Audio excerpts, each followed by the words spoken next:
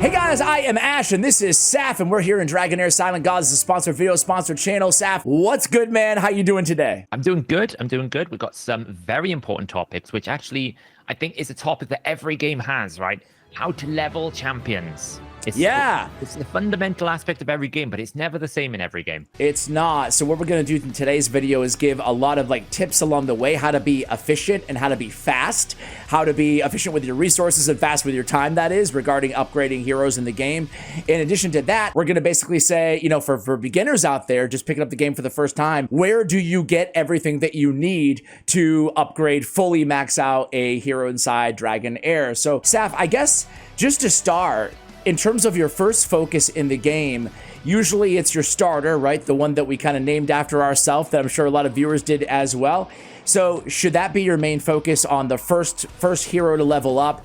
And how far should we take them? In Raid, it's like, hey, get your first champion to 6 stars, fully ascended, and then work from there. Is it the same in this game? Obviously, it goes all the way up to 100. What should our first focus be? Yeah, so it's a little bit different in Dragonheir because they will actually stagger the amount of ranks you can get as you go through the story, right? So you need to complete a certain aspect of time, which is the storyline, before you can actually get rank 5, rank 4. So you will often find that if you're playing the start of a new season, like when we go to season 2, everything gets set back to level 1. We get our level 1 heroes. We'll only be able to get to rank 3 or rank 4 in the first couple of weeks anyway. So it's not like Raid where you go chase to first rank 6. That's not quite the same thing. What you really want to do is kind of pick who you want to build your first teams around. And normally your first team is Goblin, and then you would basically try to build your heroes to the highest possible rank and level for that. Then it becomes more of a question when you get beyond the limits of the journey level. Once you start being able to get all the way to rank 5, then we get back into, okay, now who do I rank 6 first? Who should I take to rank 6 next? The question that we always have in Raid. Okay, it sounds good. So we should focus on balance, I would say. Is that a fair assessment there in the early game? Yeah, so when you start a season, or if you're starting the server for the first time, or if you're a new player and you first started, you probably in season 1 will focus on your traveler, your hero that you create. You get that up.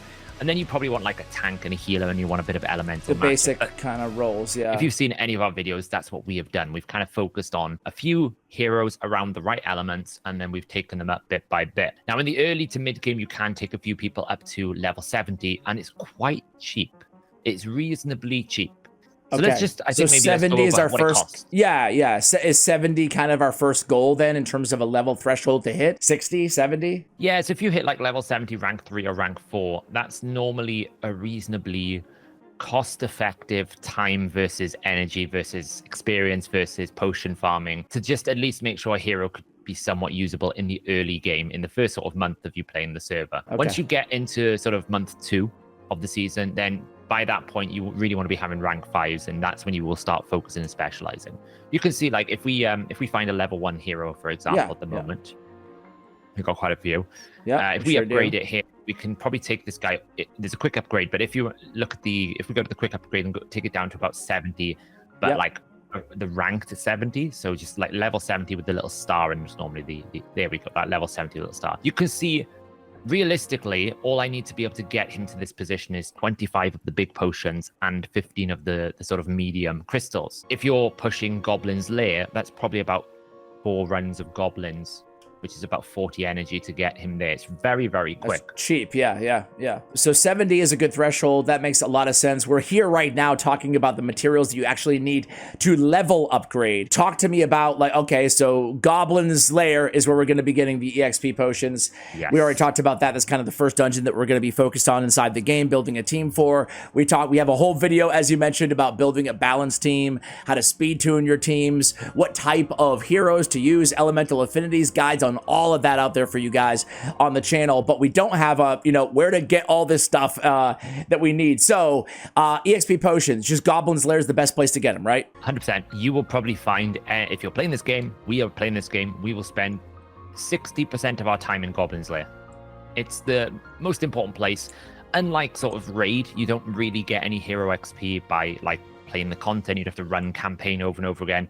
You complete Goblin's Lair and you get potions, and that potion can just sit there. So it's really quite good because you can store up the amount of experience you need and use it when you need to upgrade a hero. When you summon a new hero, you can take them up really quickly. You don't have to go through the process. So you can see right now our team here is nearly at the highest potential rank. If you go to level top, the most you can get is, I think, 8 in a single run. If you kind of push all the way through. So we just looked, we needed 24, so it's like 3 to 4 runs. It's reasonably cheap. It costs That's you 10 not bad food. at all. It's pretty good. So when in doubt, you should be using your stamina or food for goblin runs, like when you don't know what to do, especially in the early game. Yeah, if you have no dungeons you want to grind, you have no gear you want to grind, you're just waiting for the next event, then always the good advice I always have is just go do a little bit more goblins, because you will probably need the experience at some point. Okay. Especially when you get to Otherworld, where you need a lot of teams built. Okay, so that's one resource. What about all the crystals and everything else that we're going to need? You can see right here, for example, there's different types of crystals corresponding to each type. Yes, each element. So there's 3 domains of dungeons. We have a frost domain, a flame domain, and a tempest domain. They give you the primary and the secondary element of the pairing. So, for example, I think in our season here, fire goes with poison. So when you go and complete the flame domain and you climb the stages of flame domain, you will be able to acquire the fire and poison crystals that you need to ascend the rank of your heroes. All right, so you find the right crystal that you need, and it's right there anyway on the screen that tells you what you need for each hero. And then would you recommend kind of stockpiling all of these crystals of different varieties, or would you just kind of recommend farming as needed? If you're really into pre-planning and preparing ahead of the time, and you've got teams planned, then obviously you can go and farm the crystals. Now, some of the things to note about these crystals, which are really important, the random, when you basically complete the stage, the amount you get isn't 3. It randomizes between a little bit of value. So sometimes you'll get 4, sometimes you get 3. Okay. The tiers are very important as well. You don't need lesser potions. Like in something like Raid, for example, if you get a legendary hero, you never really need to use anything other than the sort of greater and superior potions. Yeah. In here, you'll need to use all of them at some point. The sort of basic ones they use for the first rank up. Then you use basic and rare for the second. Then you use rare epic.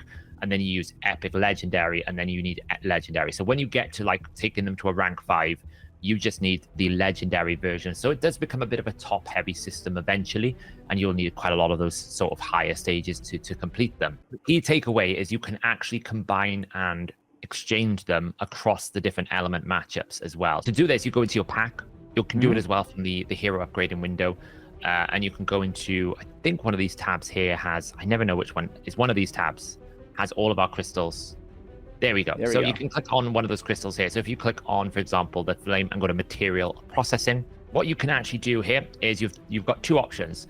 You can either craft or you can convert. So if you click on, say, the frost legendary, so I can either craft more legendary from epic, so basically take the lesser tier and increase them, or if you click on convert, you can actually switch between the legendary necrosis and the ice crystal. So there's different exchange rates. Now be careful with doing this, because what you don't want to do is burn all your epic and then you have to go farm epics again. But if you know you've got like you've got way too much of the lesser stuff, then you can exchange some of it up and save yourself some food. So make sure you use this system. It's very effective, especially if you don't because there's elemental pairings. You might have like 4 frost and 1 necrosis. So in terms of a ratio, you'll always end up having more necrosis. So it feels like it's not too bad to convert the necrosis over to the frost if you want to save yourself some sort of food at that point, some energy. Okay, cool. So we can do that obviously for every single one. We have those options. For brand new players, what would you recommend in terms of best practices here? Not touch this for a little bit because you're going to need the small ones anyway? Yeah, just grind yourself up to a point where like you want to climb the domains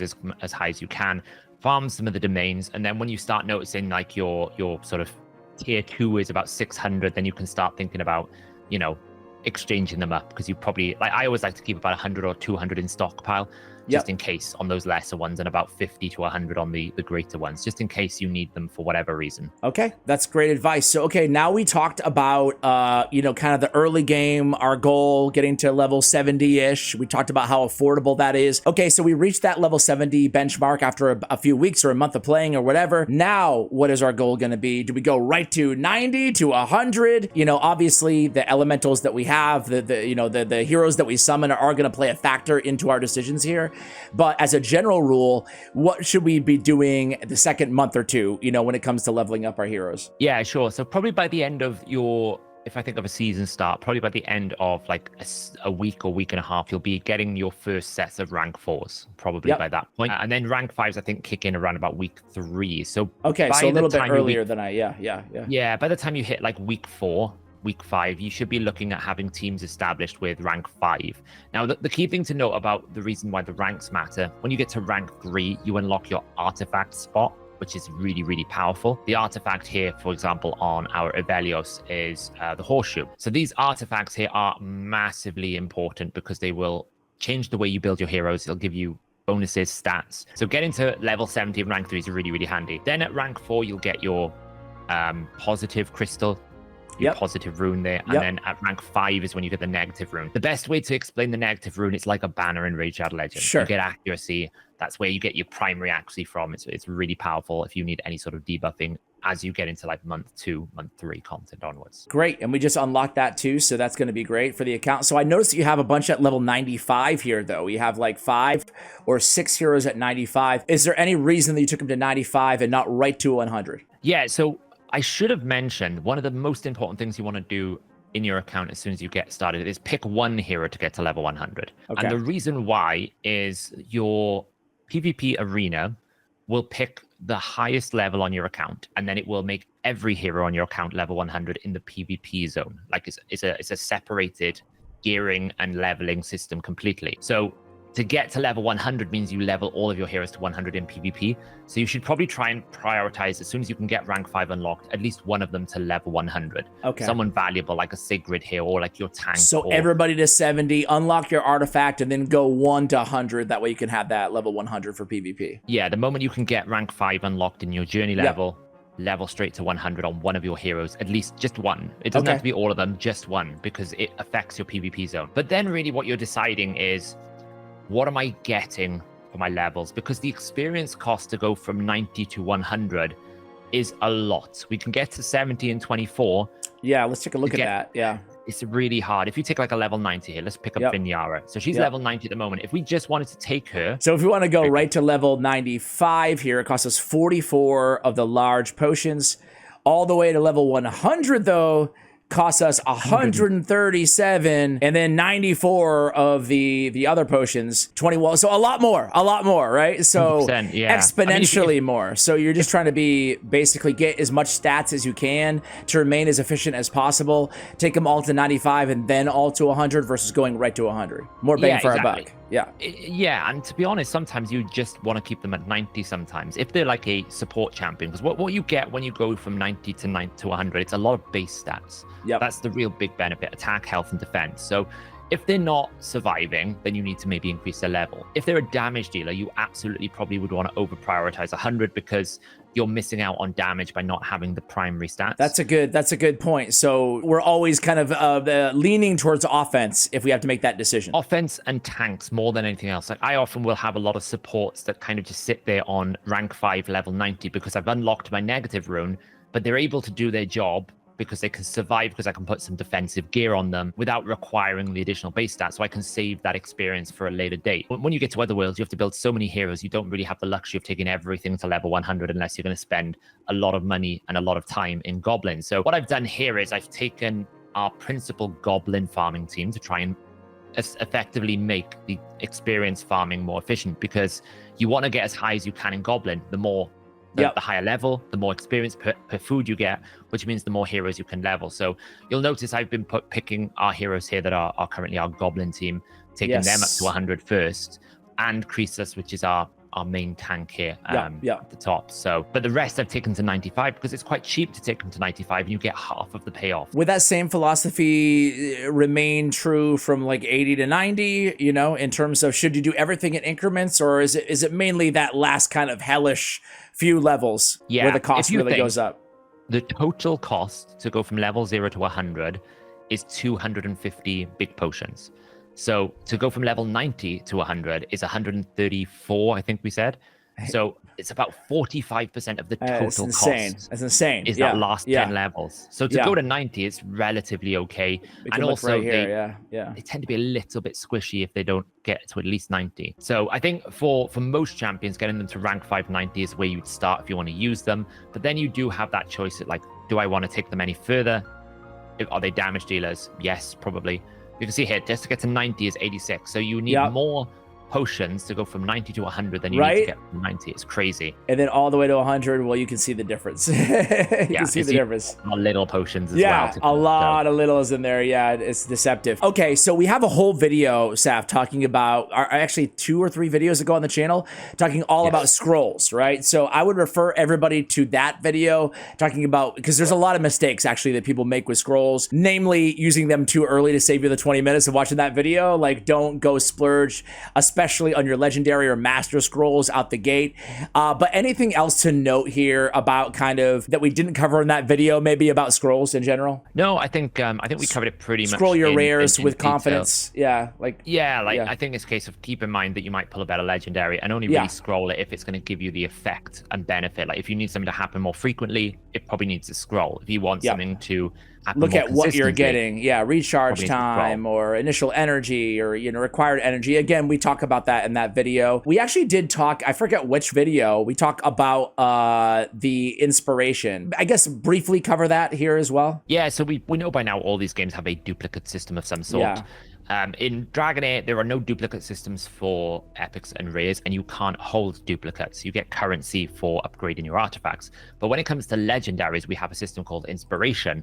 And what Inspiration allows you to do is to empower your legendary hero 5 times by consuming 5 duplicate copies of that legendary hero. Every time you upgrade them, you're going to get some bonus stats. You can see we get 8% of our primary stats every single time. So 8 times 5 is 35. Quick math. May have done that wrong. Probably did that wrong. No, you got it. You got it. And You're good, bro. Or whatever it is of your base stats, and then each one will have an extra bonus. So sometimes a hero is worth taking to inspiration too.